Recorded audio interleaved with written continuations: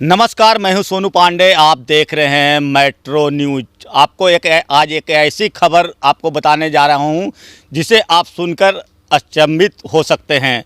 तो मैं नालंदा ज़िले के दीपनगर थाना क्षेत्र के वहां पर अभी मौजूद हूं और आपको बता दें कि यहां पर वो मोती का खेती यहाँ पर एक महिला द्वारा लगातार 3 वर्षों से किया जा रहा है। आप सुनकर आपको अचंभा लग रहा होगा कि मोती का खेती अगर होता है तो कैसे होता है। तो मैं पूरी तस्वीर आप देखिए कि किस तरह से मोती की खेती यहाँ पर किया जाता है। और पानी जैसे तालाब में आप मछली पालते हैं उसी तरह से यहाँ पर सीप डाला जाता है और विगत 1.5 से 2 वर्षों तक उसे पानी में ही रखा जाता है।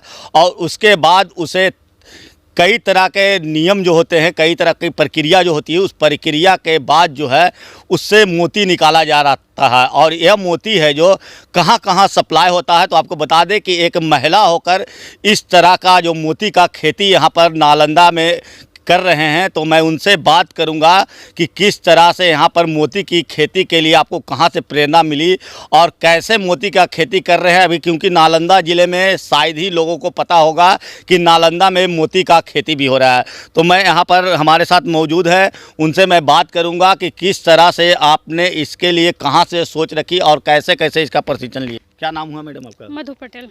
क्या कैसे, मतलब ये कौन सा जगह है? ये दीपनगर है। अच्छा, दीपनगर का कौन सा जगह? शेखोपुर गांव है। अच्छा। और यहाँ पे मोती की खेती मैं कर रही हूँ लगभग 3 साल से।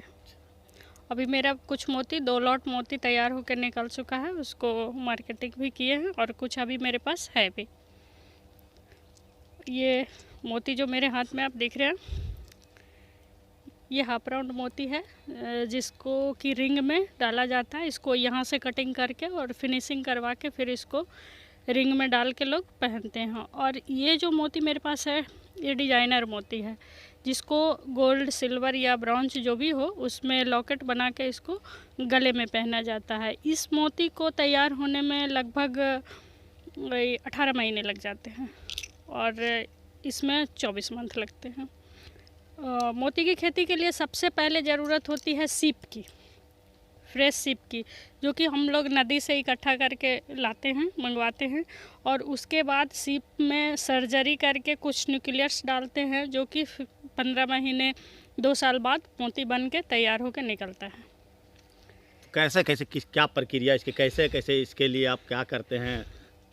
इसके लिए सबसे पहले तो सीप इकट्ठा करना है। सीप इकट्ठा करने के बाद सर्जरी करनी है। सीप सर्जरी करके उसको 15 दिन 8 से 15 दिन टैंक में रखते हैं, ताकि सर्जरी में उसको सीप को थोड़ा जख्म लगता है तो उसको ट्रीटमेंट पे रखते हैं एंटीबायोटिक वगैरह दे के। और 1 सप्ताह से 15 दिन के बीच में जब उसका जख्म ठीक हो जाता है तब उसको तालाब में डाल दिया जाता है। तालाब में इसको मछली के साथ कर सकते हैं। मछली के साथ करने से फीडिंग की व्यवस्था अलग से नहीं करनी पड़ती है, क्योंकि जो मछली को फीडिंग दे रहे हैं, फीड करवा रहे हैं, उसी से इसको भी फीड मिल जाता है। और तालाब में एल्गी वगैरह बनता है, जिसके ये ज़्यादा लिक्विड ही लेता है तो एल्गी ही खाता है। तो नेचुरल तालाब में एल्गी बनता है तो अलग से फीडिंग नहीं देना पड़ता है। और अगर इसको टैंक में करते हैं तो फिर एल्गी डालना पड़ता है इसको खाने के लिए। तो मोती की खेती नालंदा में बहुत सारे लोग अभी भी नहीं जान पा रहे हैं। और आपका अगर जो ये मोती निकलता तो ये कहाँ कहाँ सप्लाई अभी है? ये मोती यहाँ लोग नहीं जानते हैं, अगर देख भी रहे हैं तो उनको पता नहीं है कि ये नालंदा का मोती है। इसकी वजह से भी यहाँ मार्केटिंग नहीं हो पा रहा है, क्योंकि मोती का मतलब सब समझते हैं कि समुद्र में ही मोती मिलेगा। तो ऐसा नहीं है कि मोती सिर्फ खारे पानी में होता है, मोती मीठे पानी में भी होता है। लोगों में अभी जागरूकता लाने की आवश्यकता है। जब यहाँ सारे लोग करने लगेंगे तब यहाँ भी मार्केटिंग होगी। लेकिन अभी मेन रूप से इसका मार्केट हैदराबाद, सूरत, जयपुर ये सब जगह पे हो रहा है। और मैं भी अभी जो मेरा सेल हुआ है तो जयपुर, हैदराबाद और कुछ ऑनलाइन मार्केटिंग की वजह से। मतलब कितना सीप इसमें डालते हैं, कितना आय हो जाता होगा आपको? लगभग शुरुआत तो मेरा 5000 सीप से था। तो पर सीप, जैसे सीप की क्वालिटी पे रेट निर्भर करता है। 300 रुपये से लेके 1500 रुपये तक इसका रेट है। डिजाइनर का 500 तक पड़ जाता है, 3 से 500। और फिर वही हाफ राउंड का लगभग अप्रोक्स 1500। तो उसमें क्वालिटी पे रेट मिलता है। तो 1000-1500 के बीच में एक सीप पर सीप। मतलब 5000 सीप डालते हैं तो? हाँ, तो 5000 अगर डालते हैं तो मोटिलिटी भी अगर आई तो 3 से 4 हज़ार सिप तो फ्रेश निकल ही जाते हैं। मतलब अच्छी आय हो जाती है इससे। अच्छी आय हो जाती है। नालंदा के लोग आपका मोती कोई बारे में नहीं जान रहे हैं। नहीं, अब जानने लगे हैं। जैसे अब और भी लोग हैं जो इंटरेस्टेड हैं जान के, जैसे मेरे आसपास पड़ोस के लोग जाने, वो दूसरे को बताए। तो अभी कुछ लोग हैं जो संपर्क कर रहे हैं और कुछ लोगों को ट्रेनिंग भी दिए हैं, तो वो लोग भी अब शुरुआत करेंगे। जब सभी लोग शुरुआत करेंगे तो फिर बिहार की मोती बिहार में ही रहेगा, बाहर नहीं जाएगा। मधु जी, आपका प्रॉपर घर कहाँ होगा? मैं हिलसा की रहने वाली हूँ, हिलसा वार्ड नंबर 2 की रहने वाली हूँ। अभी आपका, जैसे आपसे लोग कांटेक्ट करना चाहते हैं तो क्या आपके मोबाइल नंबर क्या होगा? जी 9386301605। स्थायी पता भी कहाँ है आपका?